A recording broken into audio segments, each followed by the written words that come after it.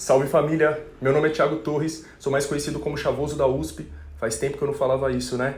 E hoje eu vim falar pra vocês que finalmente eu me livrei da USP. Zoeira, eu não vou falar desse jeito. Eu vim falar que finalmente eu me formei, mano. Caralho, foi difícil, hein, parça? 6 anos e meio, cê é louco. Hoje eu vim conversar um pouco com vocês sobre por que eu demorei todo esse tempo pra me formar, sobre como foram esses longos anos na USP, o que mudou pra mim depois de ter feito essa graduação, se eu acho que valeu a pena e o que eu pretendo fazer da vida daqui pra frente. Antes de tudo, eu preciso agradecer imensamente a todas as pessoas que me fortalecem e que me fortaleceram financeiramente pelo Apoia-se ao longo desses últimos anos, ou também pelo Pix e pelo Seja Membro aqui do canal. O apoio de vocês foi fundamental para que eu pudesse me manter na USP e também manter o meu trabalho nas redes sociais. Tá certo que eu não produzi tanto conteúdo assim pro YouTube, né? E eu peço mil desculpas por isso, mas eu sempre me mantive ativo no Instagram, mano. É a rede social que eu mais uso. Inclusive, me sigam lá se não estiverem seguindo ainda, certo? Além disso, com o apoio de vocês, eu também pude manter as palestras, aulas e atividades em escolas públicas, cursinhos populares,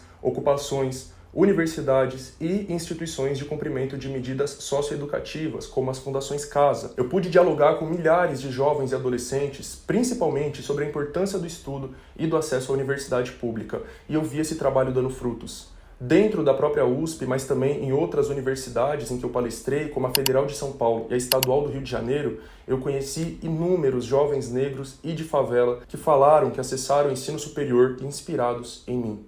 Agora vamos lá, vamos falar um pouquinho sobre a minha trajetória na USP. Eu entrei lá em 2018, com 17 anos de idade, através do Enem. Muitas pessoas me perguntam se eu sempre quis ir para a USP, se esse sempre foi o meu objetivo, e na real, mano, nunca foi o meu objetivo. A USP, para quem não tá ligado, é considerada a melhor universidade do Brasil. Estudar nela é o sonho da maioria dos vestibulandos. Então eu tinha, sim, alguma vontade de poder estar nela, mas eu não tinha conhecidos estudando nela, eu não tinha informações sobre ela. Eu morava e moro a quase 30 quilômetros de distância da cidade universitária. E principalmente, eu não achava que eu era capaz de entrar na USP. Tudo que eu ouvia falar sobre ela era duas coisas: que ela é a melhor universidade do Brasil e que ela é a universidade de rico, de playboy. Essas duas coisas faziam eu pensar que aquele lugar não era pra mim. E por isso, apesar de eu ter feito a FUVEST, o vestibular da USP, eu não me preparei pra ela. Então a minha nota foi péssima. De 90 perguntas, eu acertei umas 24. O foco dos meus estudos mesmo foi o Enem, principalmente a redação do Enem. Foi ela quem me colocou na USP, através dos 920 pontos que eu tirei. Enfim, então, na minha cabeça, mano, no máximo, eu conseguiria ir para a Unifesp, a Universidade Federal de São Paulo, que também está entre as melhores do Brasil. Eu cheguei aí até ela, vi quais ônibus pegaria, o tempo que levaria, e na hora de me inscrever no SISU, o Sistema de Seleção Unificada, eu coloquei o curso de Ciências Sociais na Unifesp como segunda opção, e arrisquei colocar Ciências Sociais na USP como primeira opção, mesmo sem botar muita fé de que eu conseguiria passar nele, tá ligado? Eu me inscrevi também usando a cota de estudante de escola pública. E pra quem não tá ligado, cotas são reservas de vagas para determinados grupos que vivem em situações de vulnerabilidade socioeconômica, como pessoas de baixa renda, pretos, pardos e indígenas, estudantes de escola pública, pessoas com deficiência, pessoas trans e travestis. Todas as pessoas que fizeram os 3 anos do ensino médio em escolas públicas têm direito às cotas para estudantes de escola pública, o que significa que essas pessoas não vão concorrer com quem estudou em escolas particulares no ensino médio. Eu podia também ter usado a cota racial como pardo, mas eu não quis, porque na época não tinha muita consciência racial, eu passei a me entender melhor como uma pessoa negra já dentro da universidade, mas enfim, aqui já é um outro assunto que eu posso trazer num outro vídeo, comenta aqui embaixo se vocês quiserem que eu traga. Agora voltando. Como eu falei pra vocês, mano, eu me inscrevi no SISU e passei na USP em 2018, em segundo lugar entre os estudantes de escola pública. E eu acho importante informar vocês que vão tentar entrar na USP através do Enem, que desde o ano passado a universidade não tem mais usado o SISU. Presta atenção, mano. A USP ainda aceita o Enem como forma de ingresso, mas o processo classificatório e seletivo não é mais feito pelo SISU, e sim pelo Enem USP, um sistema próprio da USP, e cujas inscrições abrem antes do SISU, tá ligado? Na última edição, as inscrições do Enem USP ficaram abertas no site da FUVEST do dia 4 de dezembro de 2023 até o dia 5 de janeiro de 2024. Provavelmente vai ser mais ou menos esse o período desse ano. Fiquem atentos, eu vou estar avisando lá pelo meu Instagram. Então, recapitulando, quem se inscreveu no Enem 2024 vai fazer a mesma prova que todo mundo em novembro. Mas se você quiser tentar entrar na USP através da sua nota no Enem, você vai entrar no site da FUVEST, em dezembro e se inscrever lá no Enem USP.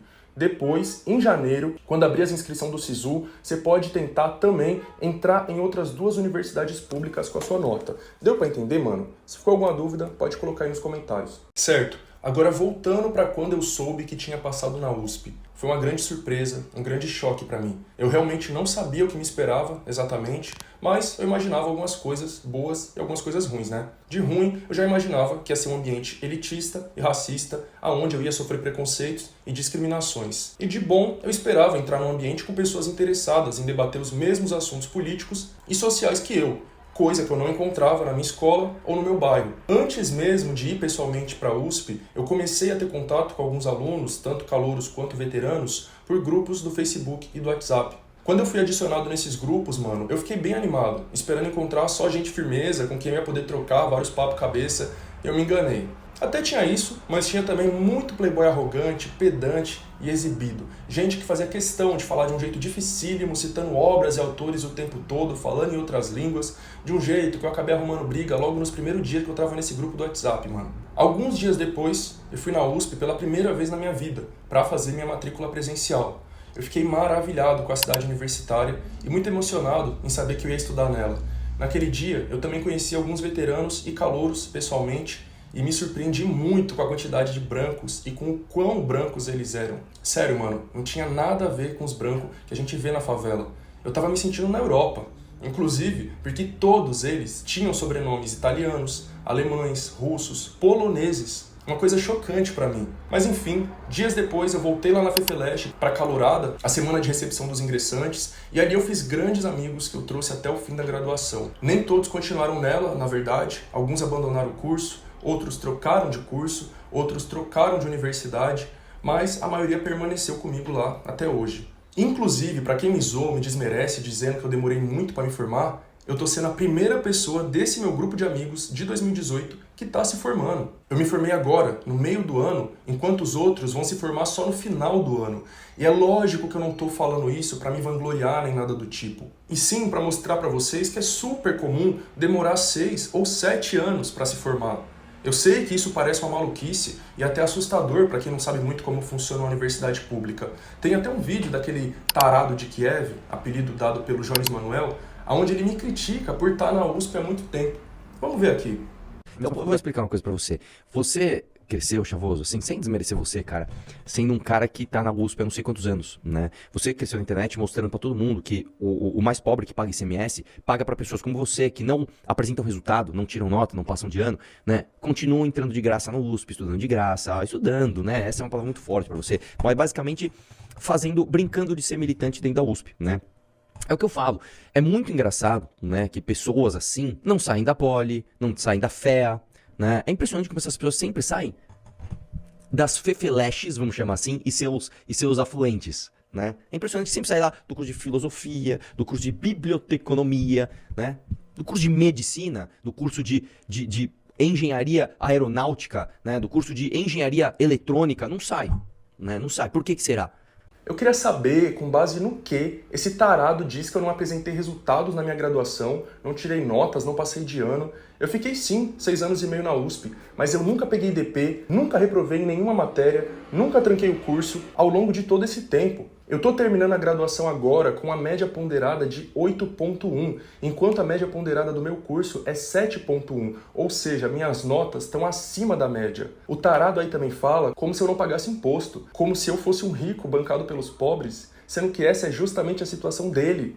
Um playboy que virou deputado estadual passou a ganhar um salário de 25 mil reais, pago com dinheiro dos nossos impostos, de nós, o povo de São Paulo, para não apresentar nenhum projeto relevante. E no final, perdeu o mandato porque foi pro meio da guerra da Ucrânia falar que as ucranianas são fáceis porque são pobres. Aí ele vem falar que eu tava na USP brincando de ser militante, outra coisa que ele tirou do c, né? Dos 6 anos e meio em que eu fiquei na USP, eu fiz parte do movimento estudantil menos de 1 ano e meio, entre o final de 2018 e o começo de 2020. Depois eu vi que aquilo ali não era pra mim e saí fora. Então, O Mamãe Caguei tenta colocar pra cima de mim esse estereótipo do estudante de humanas que demora 10 anos pra se formar porque ficou lá no movimento estudantil, no DCE e tudo mais. Mas esse estereótipo, mano, definitivamente não tem nada a ver comigo. Aí, junto disso, ele fala: é engraçado que pessoas assim não saem da poli, não saem da fé, não saem do curso de medicina, dos cursos de engenharia, elas sempre saem das fefeleches. Pessoas assim,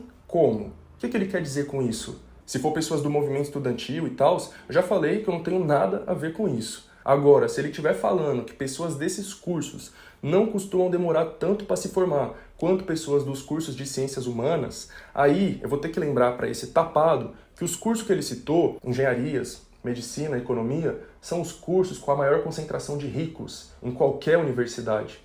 Vocês sabem qual que é o maior motivo para uma pessoa pobre, de quebrada, vinda da escola pública, como eu, demorar para se formar na universidade pública?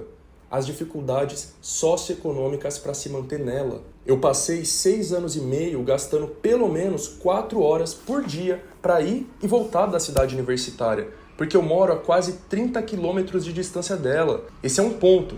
E isso já me coloca em desvantagem em relação a quem mora ali, no Butantã, no Morumbi, em Moema, na Santa Cecília, no Higienópolis, etc. Depois disso, mano, eu tive que conciliar toda a minha graduação com o trabalho. Eu passei meus 3 primeiros anos de graduação trampando para uma empresa, CLT. A maioria das pessoas desses cursos que ele citou não precisa trabalhar. E depois que eu saí dessa empresa, eu mantive o meu trabalho nas redes sociais e nas palestras, o que sim, também é trabalho. Inclusive, eu passei a trabalhar mais do que eu trampava antes, na CLT. A maioria das pessoas, grande parte delas, está acostumada com a lógica das universidades privadas, onde os alunos têm pouca autonomia, é fixado que o curso vai durar 4 ou 5 anos, as grades horárias já vêm todas prontas, com todas as matérias que você vai fazer definidas, os horários estabelecidos. Na universidade pública não é assim. Para a gente se formar, a gente não conta anos, a gente conta créditos. A gente precisa, sei lá, de 200 créditos para se formar, mais ou menos.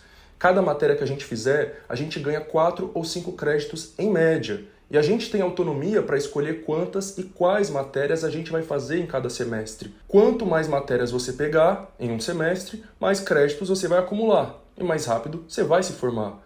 Quanto menos matérias você pegar num semestre, menos créditos você vai acumular e, consequentemente, mais tempo você vai levar para se formar. E quem é que pode pegar mais matérias em um semestre?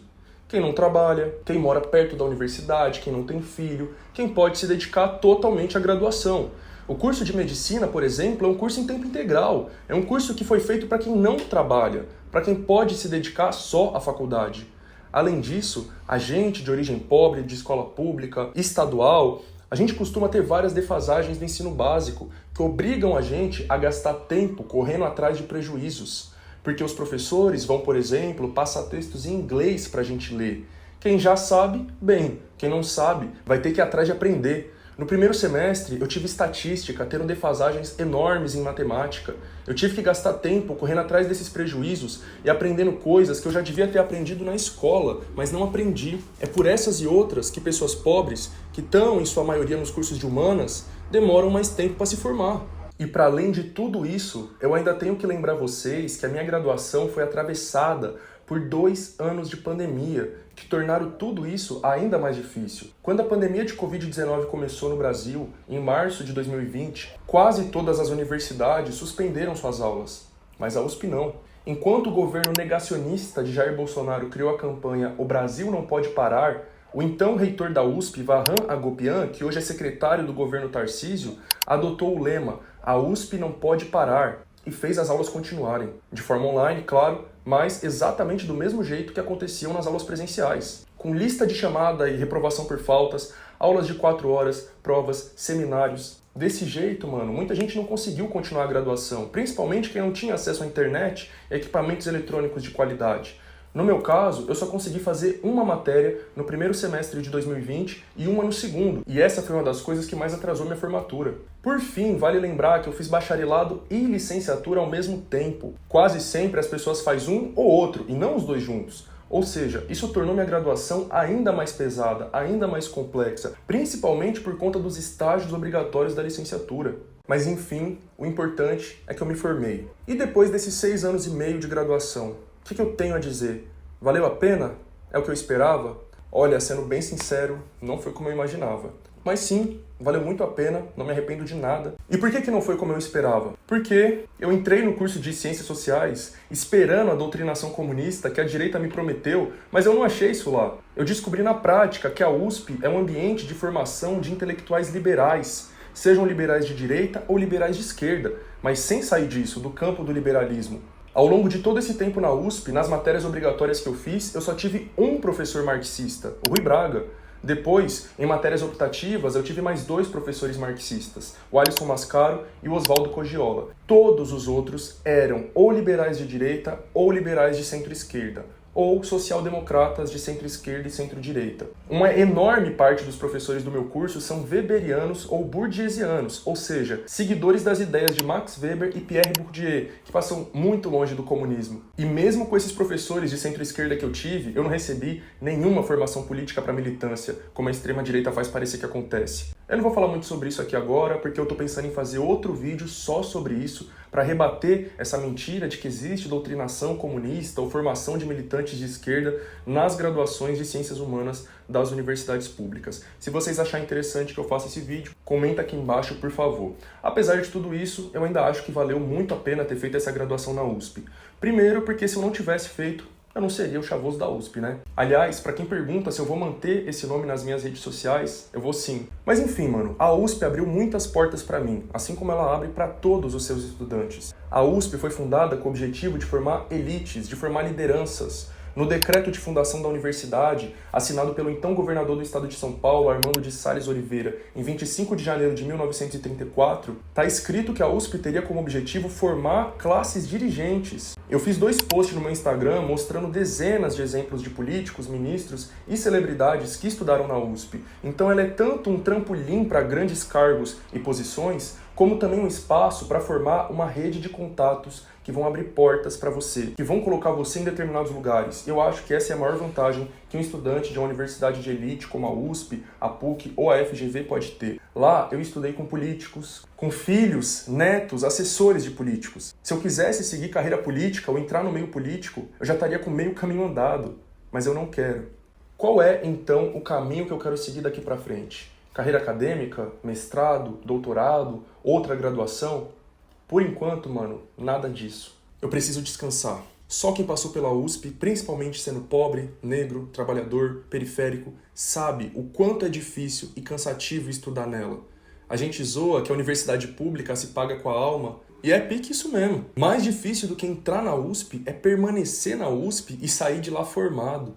Eu não tenho condições mentais para engatar outra graduação ou um mestrado nesse momento. Eu também não tenho condições de ir atrás de uma escola para dar aula no momento. Na real, mano, eu nem sei se eu quero mais dar aula em escola. Esse era o meu sonho desde 2015, quando eu entrei no ensino médio. De lá pra cá, a gente teve em São Paulo o governo Geraldo Alckmin, Márcio França, o governo João Dória, Rodrigo Garcia e agora o governo Tarcísio de Freitas, Felício Ramute. Todos eles, sem exceção, atacaram a educação pública estadual paulista. Cortaram verbas, impuseram reformas absurdas, tiraram direitos dos professores, Alckmin roubou merenda, tentou acabar com o concurso público e fechar escolas. Dória atacou o plano de carreira dos professores e tentou impor o ensino em tempo integral para todas as escolas, prejudicando os alunos trabalhadores, como eu fui. E agora Tarcísio, junto com seu secretário da Deseducação, o empresário Renato Feder, estão privatizando e militarizando escolas, substituindo professores por slides e pelo chat GPT, impondo plataformas digitais ridículas para os alunos e professores, impondo um concurso público fraudulento e absurdo, fechando salas de aula. Eu, sinceramente, acho que a educação pública em São Paulo, mano, ela vive o seu pior momento desde a ditadura militar. Eu realmente estou bastante desanimado para me tornar professor de escola pública estadual por aqui. Porém, eu ainda tenho muita vontade de dar aula na Fundação Casa. Para quem não é de São Paulo ou não sabe, mas eu já falei lá no começo, né? As Fundações Casa são as antigas FEBEMs, as instituições onde menores infratores cumprem medidas socioeducativas. Quando eu entrei no meu curso na USP, mano, eu não tinha o plano de dar aula na Fundação Casa, só na escola. Foi quando eu palestrei pela primeira vez numa fundação, em dezembro de 2019, que eu passei a ter essa vontade. De lá pra cá, palestrar para menores infratores, seja nas Fundações Casa ou nas medidas socioeducativas em meio aberto, tem sido o meu trabalho preferido. é o que me dá mais ânimo e mais esperança. Mesmo que a Fundação Casa também esteja sendo ameaçada pelo governo Tarcísio, que quer privatizar ela, eu ainda mantenho o meu sonho e o meu objetivo de dar aula lá. Talvez ano que vem eu vá atrás disso, ou no primeiro ou no segundo semestre. Talvez ano que vem também eu vá atrás de um mestrado, e eu realmente estou pensando em estudar na Faculdade de Direito da USP. E até lá, o que eu pretendo fazer no segundo semestre desse ano? Além de descansar, como eu já disse, eu quero palestrar bastante, inclusive em outros estados. Para quem quiser me enviar convites, eu vou deixar o link de um formulário aqui na bio desse vídeo, aí vocês preenchem lá. Eu também pretendo criar mais conteúdo para as redes sociais, principalmente aqui para o YouTube, para o Instagram, para o TikTok e também para uma outra rede laranjinha que eu criei uma conta aí, quem tá ligado, tá ligado. Enfim, minha gente, é isso. Muito obrigado para geral que chegou até aqui. Eu vou reforçar mais uma vez para vocês a importância de me fortalecer pelo Apoia-se, ou pelo Pix, ou pelo Seja Membro, e também de me seguir nas outras redes sociais. Eu espero que a gente se veja, se fale aqui no YouTube com mais frequência. Então, até logo, valeu, falou!